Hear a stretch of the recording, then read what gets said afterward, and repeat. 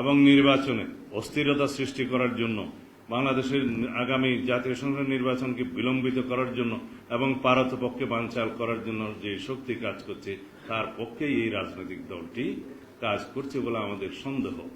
300 সংসদ সদস্য লইয়া জাতীয় সংসদ গঠিত হইবে, সেই জায়গায় কেউ কেউ তাদের নেতৃবৃন্দ নাকি বলছে যে সংসদ সদস্য বা জাতীয় সংসদ নির্বাচনের কথা বলা আছে সংবিধানে, কি পদ্ধতিতে হবে সেটা নাকি বলা নাই।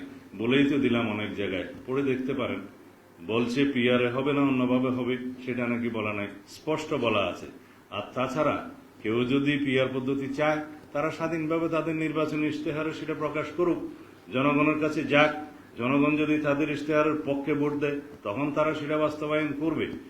আমরা স্পষ্টই দেখতে পাচ্ছি বাংলাদেশের রাজনীতির ময়দানে এবং নির্বাচনে অস্থিরতা সৃষ্টি করার জন্য, বাংলাদেশের আগামী জাতীয় সংসদ নির্বাচনকে বিলম্বিত করার জন্য এবং পারতপক্ষে বানচাল করার জন্য যে শক্তি কাজ করছে তার পক্ষেই এই রাজনৈতিক দলটি কাজ করছে বলে আমাদের সন্দেহ। কারণ বাংলাদেশে যদি নির্বাচন বিলম্বিত হয়, তাহলে ফ্যাসিবাদের উৎপাত হবে আবার, ফ্যাসিবাদের উৎপত্তি হবে আবার, এবং পতিত ফ্যাসিবাদ সুযোগ পাবে আবার। সুতরাং সেটাকে আমরা চাইতে পারি? অবশ্যই না।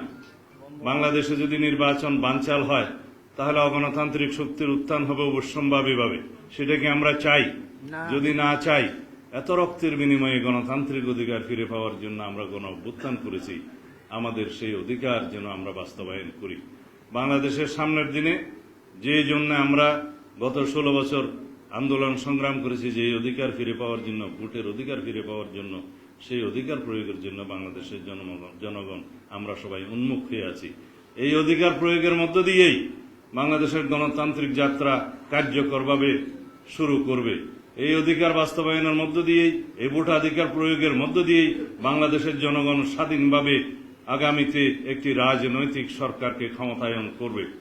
যারাই পার্লামেন্টে যাবে তাদের দায়বদ্ধতা থাকবে, এবং আগামী দিনে যে সমস্ত সংস্কার কর্মসূচিতে আমরা বাস্তবায়নের জন্য জাতীয় ঐক্যমত্য কমিশনে একমত হচ্ছি, সেগুলো বাস্তবায়নের জন্য তারা দায়বদ্ধ থাকবে, প্রতিশ্রুতিবদ্ধ থাকবে।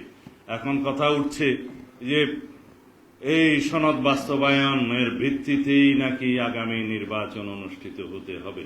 অবশ্যই যে সমস্ত প্রতিশ্রুতিসমূহ জাতীয় ঐক্যমত্য কমিশনের মাধ্যমে সবাই মিলে ঐক্যমত্য হয়েছে, সেগুলো বাস্তবায়িত হয়েই যাচ্ছে। শুধুমাত্র সংবিধানের অংশটুকু, যে অংশটুকু বাস্তবায়নের জন্য পরবর্তী পার্লামেন্টের প্রয়োজন এবং সংবিধান সংশোধনের নির্ধারিত প্রক্রিয়া প্রয়োজন, সেই অংশগুলোতে প্রতিশ্রুতি বাস্তবায়নের জন্য পরবর্তী জাতীয় সংসদকেই দায়িত্ব দিতে হবে। এটা হচ্ছে আমাদের বক্তব্য।